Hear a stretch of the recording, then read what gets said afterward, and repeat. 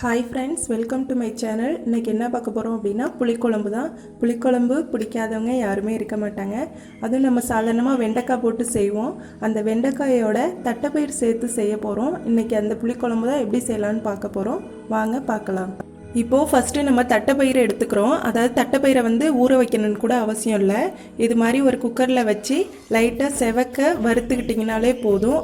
ரொம்ப வறுக்கக்கூடாது, சூடு ஏறினாலே போதும். அந்த அளவுக்கு வறுத்துட்டு இப்போது தண்ணி ஊற்றி அதிலே கொஞ்சமாக எண்ணெய், அதுக்கு தகுந்த உப்பு போட்டு வேக வச்சு எடுத்துக்கிறோம் தனியாக.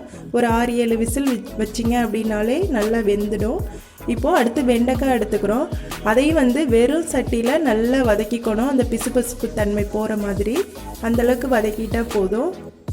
வெண்டைக்காவை இது மாதிரி தனியாக வதக்கிக்கிறோம். அதே மாதிரி தட்டைப்பயிறு வேக வச்சு தனியாக வச்சுருக்கோம். அடுத்து குழம்பு எப்படி தாளிக்கலான்னு பார்க்கலாம். இப்போது இதை கழுவி ஊற்றிட்டு இதிலே நம்ம நல்லெண்ணெய் ஊற்றிக்கிறோம். நல்லெண்ணெய் ஊற்றினா புளிக்குழம்பு ரொம்ப நல்லாயிருக்கும்.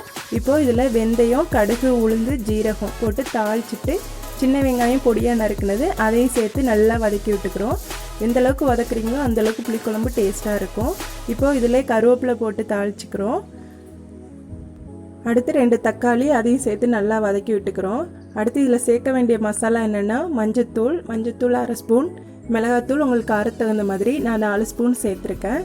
அடுத்து மல்லித்தூள், அதாவது 4 ஸ்பூன் மிளகாத்தூளுக்கு 3 ஸ்பூன் மல்லித்தூள் போதும். அடுத்து அதை வதக்கினதும் திரும்ப இதில் நம்ம வதக்கி வச்ச வெண்டைக்காயும் இதிலே சேர்த்துக்கிறோம். நல்லா வதக்கி விட்டாச்சு. அடுத்து நம்ம இதில் தேங்காய், சோம்பு அரைச்ச அந்த பேஸ்ட்டை இதில் சேர்த்துக்கிறோம். அதே தண்ணியை கழுவி அதிலே ஊற்றிடுறோம். அடுத்து நம்ம தனியாக வேக வச்ச அந்த தட்டைப்பயிறு அதையும் அந்த அதோடய சேர்த்துக்கிறோம். எல்லாம் சேர்த்து நல்லா கொதிக்கட்டும். வெண்டைக்காயும் வேகணும். கொஞ்சம் தண்ணி வேணுனாலும் சேர்த்துக்கோங்க. அடுத்து இதுக்கு தேவையான அளவு உப்பு சேர்த்துக்கிறோம். அவ்வளோதான், காயும் நல்லா வெந்துருச்சு. இந்த ஸ்டேஜில் நம்ம புளி கரைச்சி வச்சுருக்கோம். அது ஓரளவு திக்காகவே கரைச்சிக்கோங்க. அதையும் இதில் சேர்த்துக்கிறோம். ரொம்பவே டேஸ்டான தட்டைப்பயிறு வெண்டைக்காய் போட்ட புளிக்குழம்பு ரெடி ஆகிடுச்சு. வெண்டைக்காய்லாம் நல்லா வெந்திருக்கு பாருங்கள். நல்லா கொதித்ததும் புளிக்குழம்பு ரெடி ஆகிடுச்சு.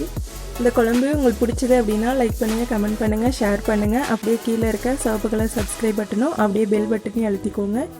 அப்போ தான் நான் போடுற ஒவ்வொரு வீடியோ உங்களுக்கு உடனுக்குடனே நோட்டிஃபிகேஷனில் வரும். Okay, thank you.